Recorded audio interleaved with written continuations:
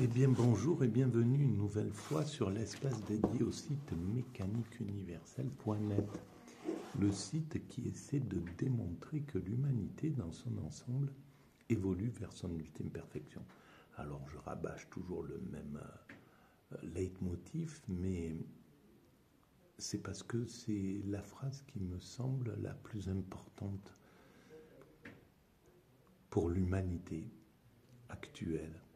La phrase qu'elle doit entendre et comprendre, et peut-être sur laquelle elle doit au moins pouvoir s'interroger. Est-ce que l'humanité évolue vers une finalité?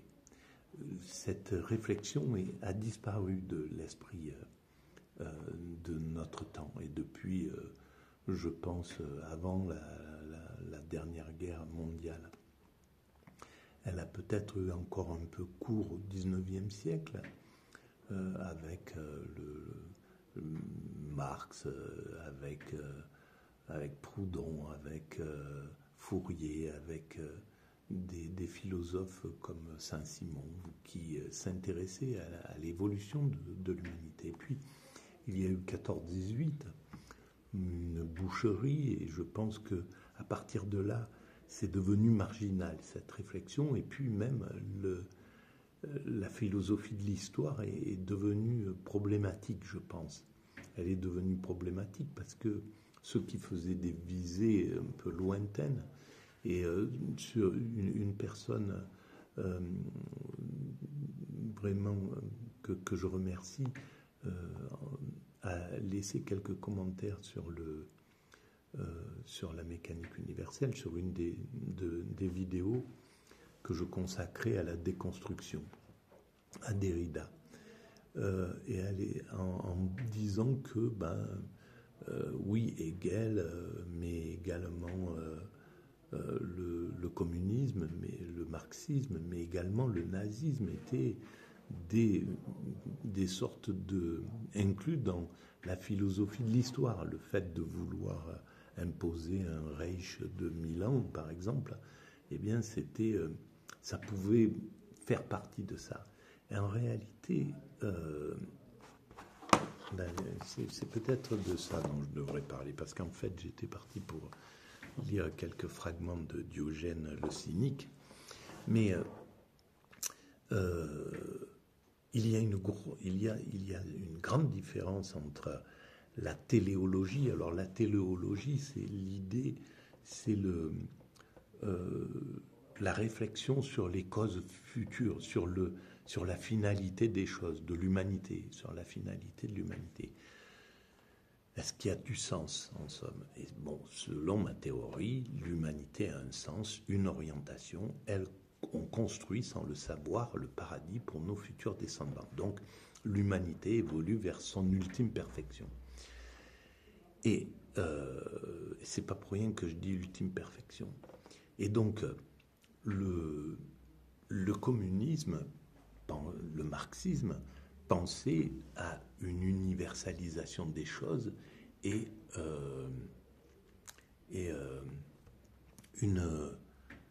le bonheur pour tous, d'une certaine manière, l'égalité et l'universalité et la fraternité, en somme. C'était les grandes valeurs du communisme.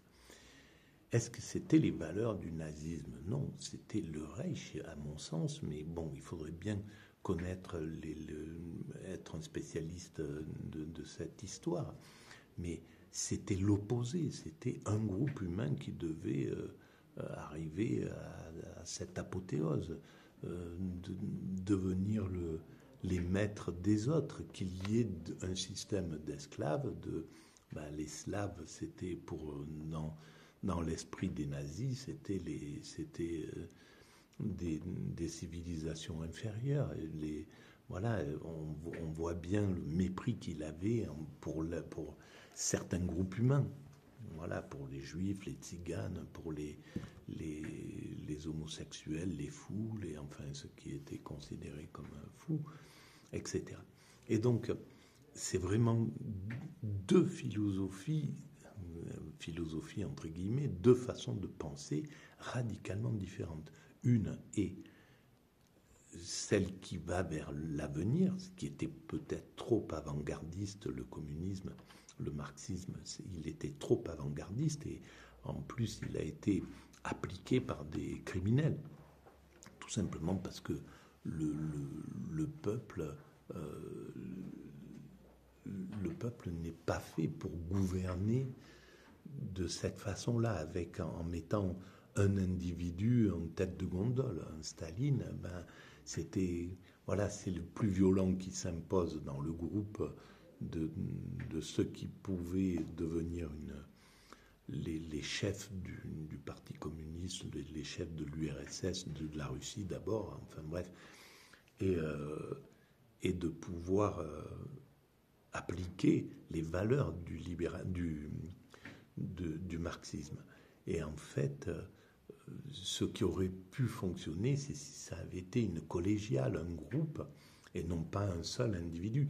Et c'est pour ça que peut-être dans les partis de gauche, il serait bien que ça soit une collégiale qui se propose plutôt qu'un individu.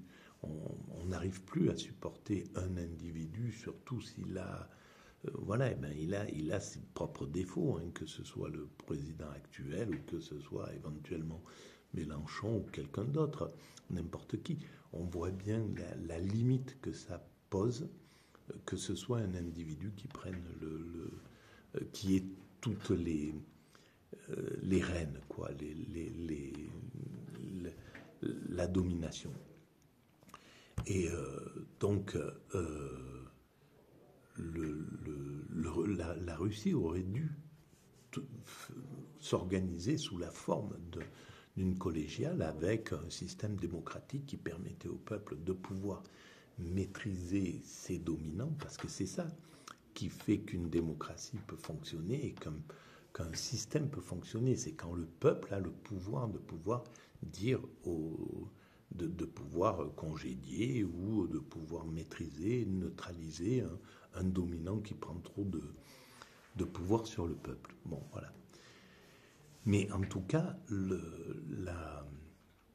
ce sont deux idéologies radicalement différentes. Et une ramène l'humanité dans un monde vraiment ancien, et c'est pas pour rien d'ailleurs que le fascisme italien se réclamait des Romains, et il a fait vivre en fait au peuple italien les mêmes souffrances que les Romains. Quand on va chercher dans le passé un système et qu'on veut le reproduire, eh ben on reproduit aussi les violences de l'époque, les injustices, la cruauté. Et c'est exactement ce qu'a fait le fascisme avec l'Italie. En allant chercher la vie à Rome, il a ramené les mêmes injustices, la même violence, la même terreur, la même folie guerrière, la même, etc. Et pareil pour Hitler et le nazisme, qui allait chercher une philosophie ancienne, que ça soit chez les Scandinaves ou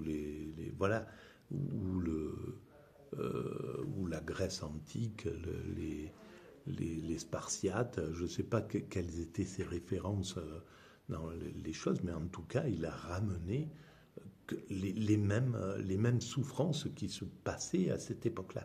Donc on ne peut qu'être progressiste dans un système politique. Dès qu'on essaye de remettre en scène des systèmes qui sont passés, on commet une erreur, et on commet un crime en réalité, parce que l'humanité, elle est en évolution, et c'est pas pour rien.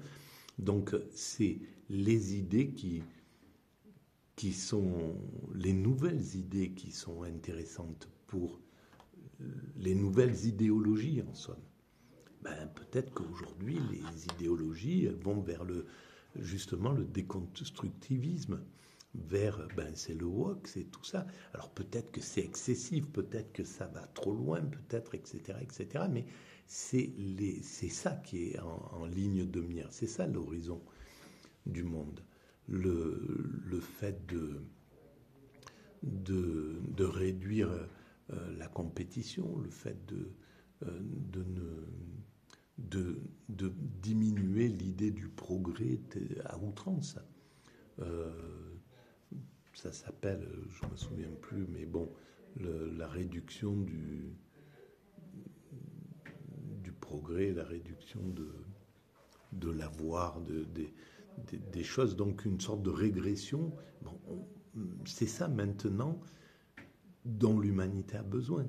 On voit bien qu'on ne peut pas être dans un progrès qui serait comme on l'a appliqué jusqu'à présent et qui abîme la planète, et qui maltraite les êtres humains, qui est sans cœur, qui perd les valeurs basiques de la société humaine. Voilà. Donc, il faut être progressiste. Et là, on voit bien que les vieilles idées reviennent et c'est pas le top, quoi. C'est pas le top, ni dans un vieux marxisme ou un vieux communisme, ni dans un vieux fascisme. Ces idées-là, et malheureusement, les oligarques jouent avec tout ça actuellement, et à leur traîne les hommes politiques de droite qui sont réactionnaires et qui ont peur de l'évolution, veulent ramener tout ça. C'est un peu pitoyable. Voilà. Bon, je vais arrêter là pour cette vidéo. N'oubliez pas si vous voulez participer, de m'envoyer un petit message ou de me proposer des choses. J'aimerais bien pouvoir faire des échanges vidéo, par exemple, le faire sous la forme d'une controverse, par exemple, pour la théorie, parce que c'est surtout la théorie que je développe, qui est importante. L'humanité est destinée à atteindre sa perfection. Donc, sous la forme de controverse, si vous avez des idées pour qu'on puisse travailler sous forme de vidéo, sous forme de questions-réponses, sous forme de controverses, peu importe, eh bien, vous le dites, mais plus sous cette forme-là que sous la forme de l'écrit. Maintenant, il faut s'adapter à son temps. Merci en tout cas de votre présence et de votre bienveillance. À très bientôt. Au revoir.